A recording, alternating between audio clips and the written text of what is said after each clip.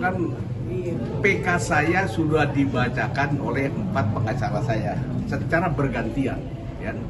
Itu jelas. Bagaimana pengacara saya membacakan PK itu sampai istilahnya menggebu-gebu, penuh semangat. Sebenarnya apa sih yang mereka cari?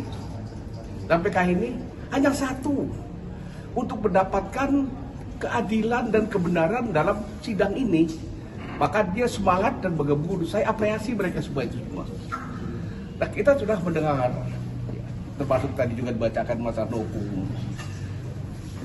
Alasan saya mengajukan PK ini karena pertama ada bukti-bukti hukum baru.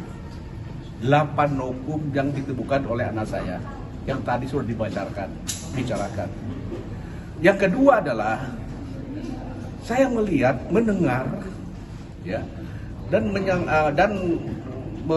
menyaksikan bahwa keputusan hakim ini, ya, tidak sesuai dengan fakta dan data dalam persidangan. Disinilah saya katakan adanya kekeliruan dan kehikapan dari hakim dengan mengambil keputusan. Karena keputusan apa? Tidak berdasarkan pada data-data dan hukum dan yang berlaku. Itu banyak syarat seperti itu. Kok Bapak bisa seperti itu? Karena saya itu prajurit, tentara. Jadi apa yang diumumkan oleh orang itu saya menyerapi semua itulah. Makanya di sini saya katakan saya tentara. Filosofi saya adalah mengacu kepada Sun Tzu. Orang Tiongkok yang mengatakan kalau kamu ingin memenangkan pertempuran, maka pelajari keadaan musuh dan pelajari dirimu sendiri. 1000 kali perang maka 1000 kali akan menang. Dan di sini dalam pengadilan ini saya mau pelajari hakim bagaimana mengambil keputusan. Sehingga yang ada pada diri saya karena ini salah dalam mengambil keputusan. Ada kekeliruan dan kehilapan dengan hakim yang nyata, ya. Contoh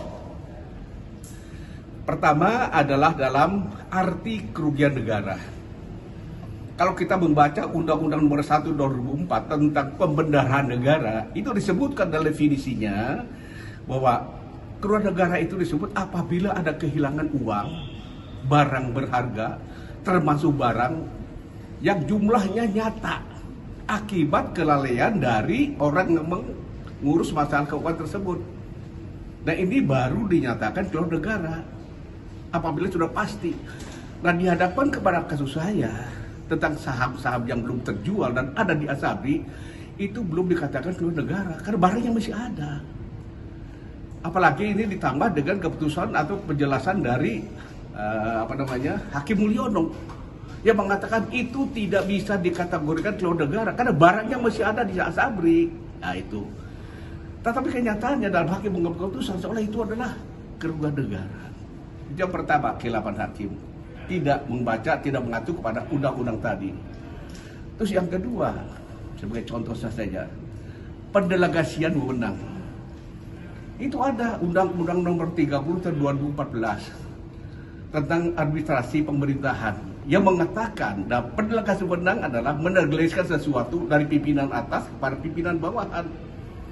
Tanggung jawab pidana dan perdata bila terjadi itu sudah beralih kepada pimpinan yang mendapatkan delegasi. Nah, apa alasan saya mendelegasikan wewenang ini? Saya ini kan militer. Di benak saya dilatih untuk memenangkan pertempuran. Dengan cara apa? Dibunuh atau membunuh. Kan gitu dalam benak militer. Nah, saya jadi Duta Asabri harus menangani masalah investasi, bergabung saham, obligasi. Ini kan tidak mudah di depan saya. Makanya saya berikan kepada ahlinya dengan pendelegasian wewenang. Siapa ahlinya itu?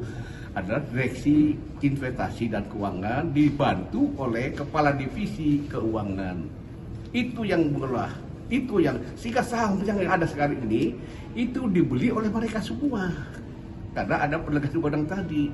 Tapi kenyataannya kok saya yang disalahkan terus, apalagi disuruh katakan saya sebagai pelaku utama turut serta bersama-sama, ya, merugikan mengalukan korupsi, memperkaya diri dan memperkaya orang lain. Itu tuduhannya.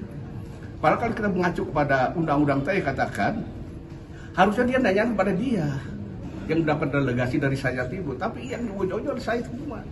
Memang saya direktur tapi saya mempunyai tanggung jawab moral. Hanya moral tanggung jawab itu saya.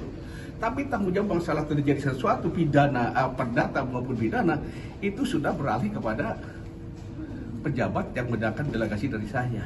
Nah itu, tapi itu tidak dijadikan aturan, tidak dijadikan bahan pembanding dalam mengambil keputusan. Seperti itulah. Nah kita harapkan dengan adanya hukum tadi yang saya bacakan, adanya kehilapan hakimnya saya sampaikan nanti ada seperti itu, kita harapkan maka ini bisa membuka tabir yang selama ini tertutupi oleh asapnya kita dan tidak jelas apa sih dalam pengadilan tersebut yang lalu itu tutup, sehingga dengan tabir terbuka jelas terang benderang apa yang sedang terjadi dalam asabri ini.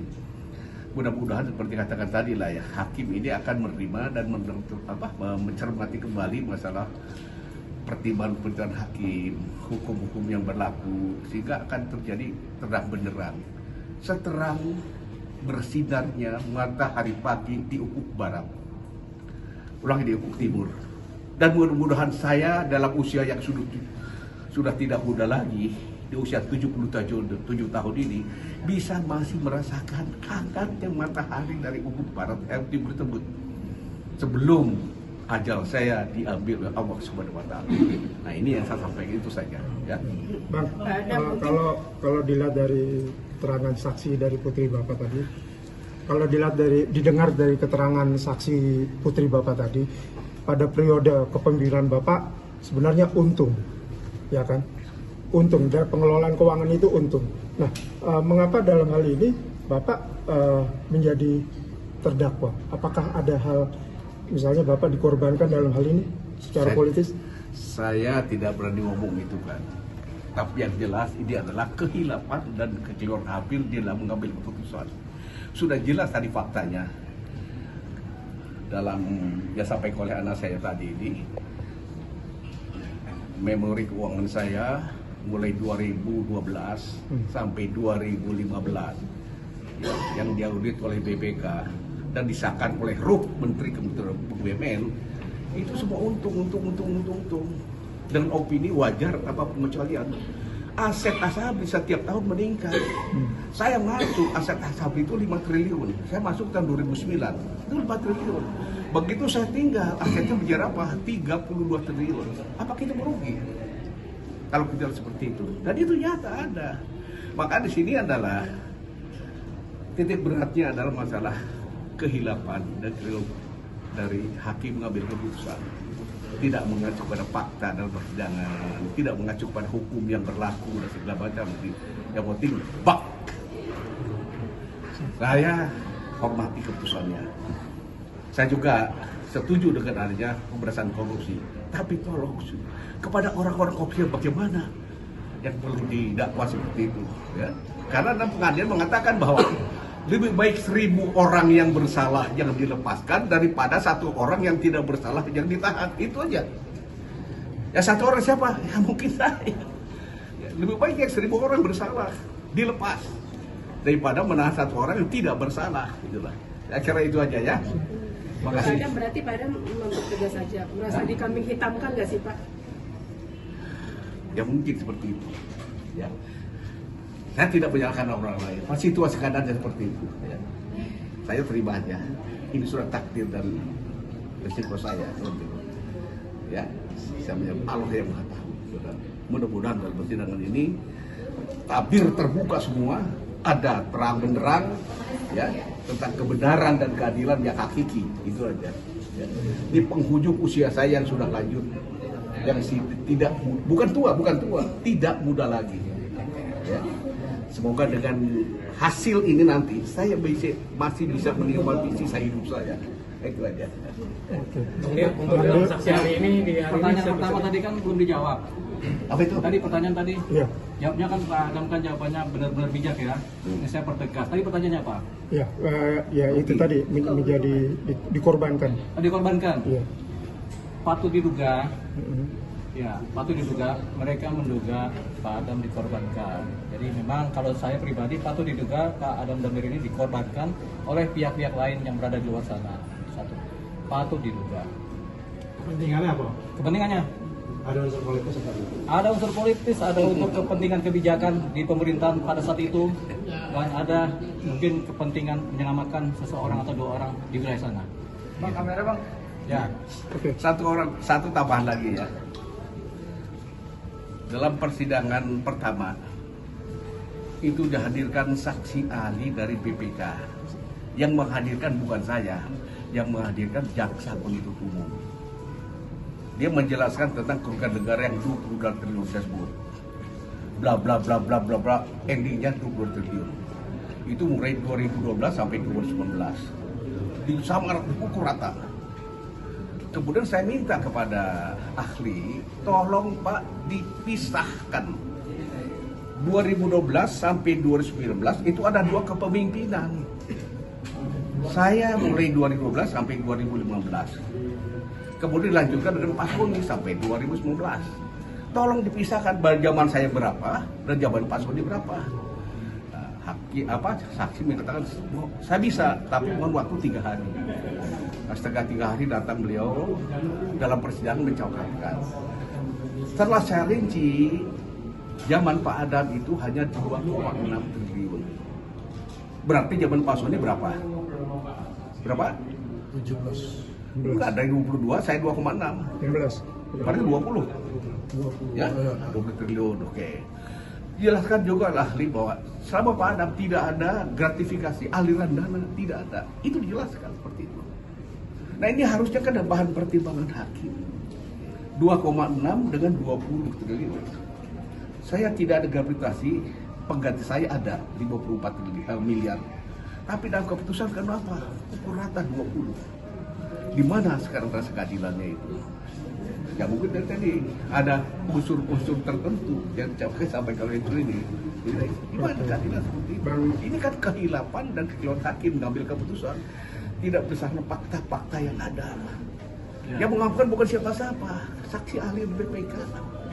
Yang menghadirkan bukan saya, yang menghadirkan adalah jaksa penuntut umum. Berarti boleh dikatakan itu benar seperti itu.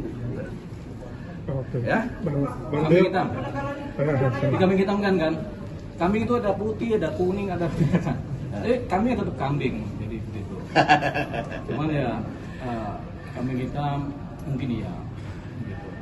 Dan Damiri dikambing hitamkan oleh pemerintah masa lalu, atau diduga ya oleh pemerintah masa lalu atau pejabat masa lalu atau mereka yang sebenarnya bermain tapi menyeret-nyeret Pak Adam Damiri.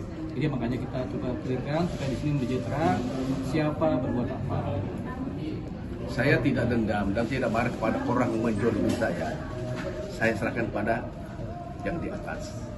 Semuanya itulah. Siap.